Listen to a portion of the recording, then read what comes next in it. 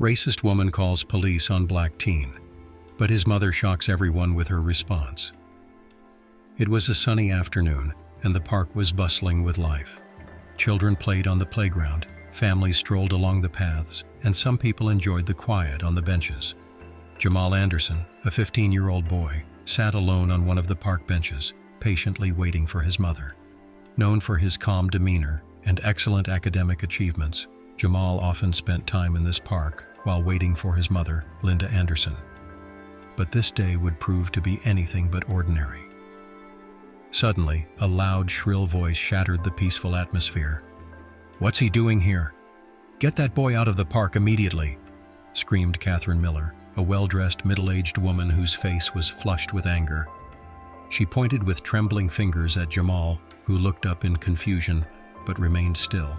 The gazes of park-goers shifted from Catherine to Jamal, who sat quietly on the bench with empty hands. But Catherine persisted. "He's been sitting here for hours. That's suspicious. Who knows what he's planning?" Her words carried an unmistakable undertone, revealing more about her prejudices than about Jamal.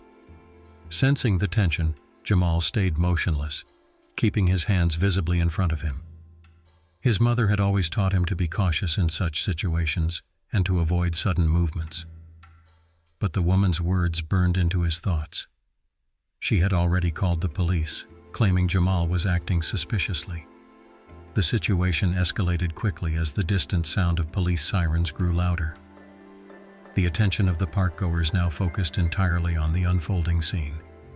Within minutes, several police cars arrived, their flashing lights illuminating the area. Officers stepped out and approached Jamal, who remained calm and carefully stood up to proclaim his innocence. "I'm just waiting for my mom," he said firmly, but the officers paid little attention to his words. Catherine took control of the narrative, declaring with self-righteous conviction, "I've been watching him. He doesn't belong here." The tension in the park was palpable, and the faces of onlookers reflected shock and disbelief. What had begun as a peaceful afternoon had turned into a charged scene that left everyone reflecting on what they were witnessing. The situation seemed to spiral out of control as Jamal continued to calmly explain to the officers that he was simply waiting for his mother. Yet Catherine interjected, loudly reaffirming her accusations. "He's been lurking around here and looks suspicious. I've been watching him." Jamal felt the weight of the onlookers' stares, his heart pounding faster. He tried to suppress his growing fear when suddenly the sound of an approaching car caught everyone's attention. A black sedan screeched to a halt in the parking lot. The door flung open, and a tall, imposing woman stepped out. It was Linda Anderson, Jamal's mother, striding purposefully toward the group. Dressed in a black blazer, exuding confidence and authority, she cut through the tension like a knife. "What's going on here?" she demanded, in a clear, commanding tone, as she headed straight for her son. Placing a reassuring hand on his shoulder, she surveyed the officers with a piercing gaze. "This is my son. Why is he being treated like a criminal?" she asked, her voice brooking no delay for an answer. Catherine, who had dominated the scene until now, seemed startled by Linda's arrival, but tried to maintain her composure. "I was only trying to protect the families here," she exclaimed, though her voice quivered slightly. Linda fixed her with a steely stare, leaving no room for argument. "Protect them from what? From a boy sitting on a bench waiting for his mother?" The crowd fell silent as Linda turned her attention to the officers. "Explain to me why my son is being harassed like this while doing nothing wrong. I am Judge Linda Anderson, and I demand an answer."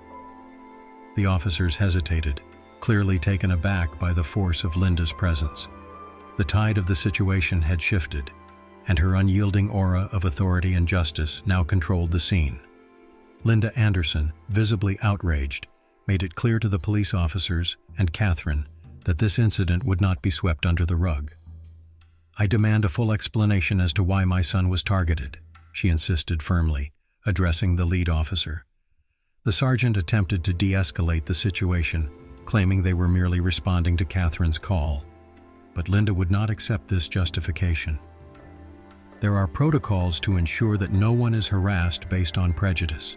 Clearly, those were ignored here," she declared.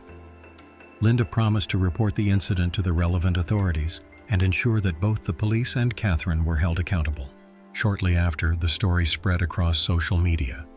Eyewitnesses had recorded the incident on their phones, and the videos quickly went viral.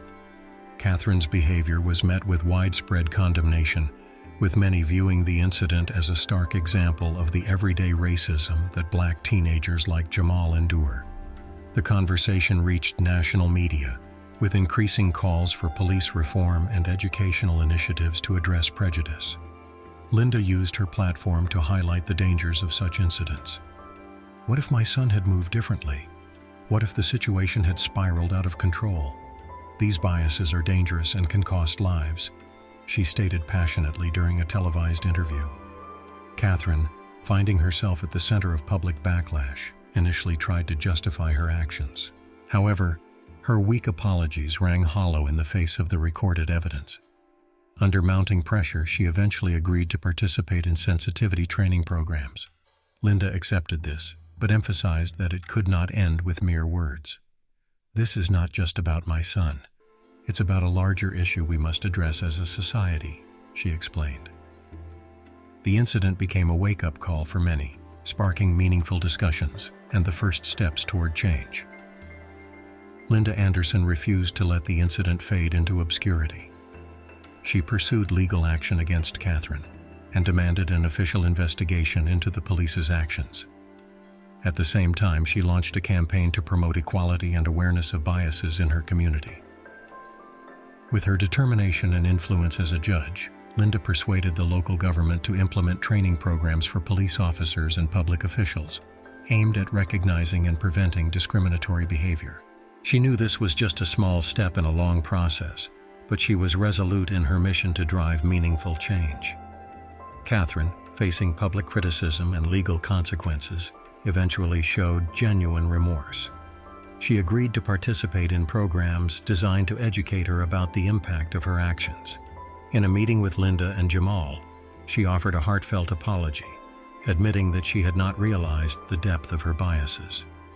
Jamal, initially skeptical, demonstrated grace by forgiving her. He stated, "Change begins with acknowledging that you were wrong, but it also requires action to make things right." Catherine pledged to change her perspective and actively contribute to raising awareness. Jamal emerged from the incident stronger and began using his voice to advocate for equality. He spoke at schools, community centers, and public events about his experience and the need to overcome prejudice. With his mother's support, he inspired many people to question their perspectives and commit to building a fairer society. "That day in the park was painful," Jamal said at one event, "but it taught me that we all have the power to create change." Linda and Jamal understood that the path to equality would be long, but they held on to hope that their efforts would help build a better future. This story reminds us that every person, regardless of their background, has the right to feel safe and free in public spaces. Prejudice and discrimination have no place in our society. It is up to all of us to remain vigilant, stand up for justice, and work toward a world where respect and equality come first. Only together can we ensure that public spaces truly belong to everyone. This story demonstrates the importance of standing up for respect and equality. Every person deserves to live freely and safely in public spaces without fear of prejudice. This extraordinary story, which could happen in any community, aims to empower and inspire people. Have you experienced something similar or know of a comparable story? Share it with us in the comments or send us an email. We'd love to hear from you. If this story moved you, leave us a comment, share the video with your friends and family, and subscribe to our channel for more inspiring content. Thank you for watching, and see you next time.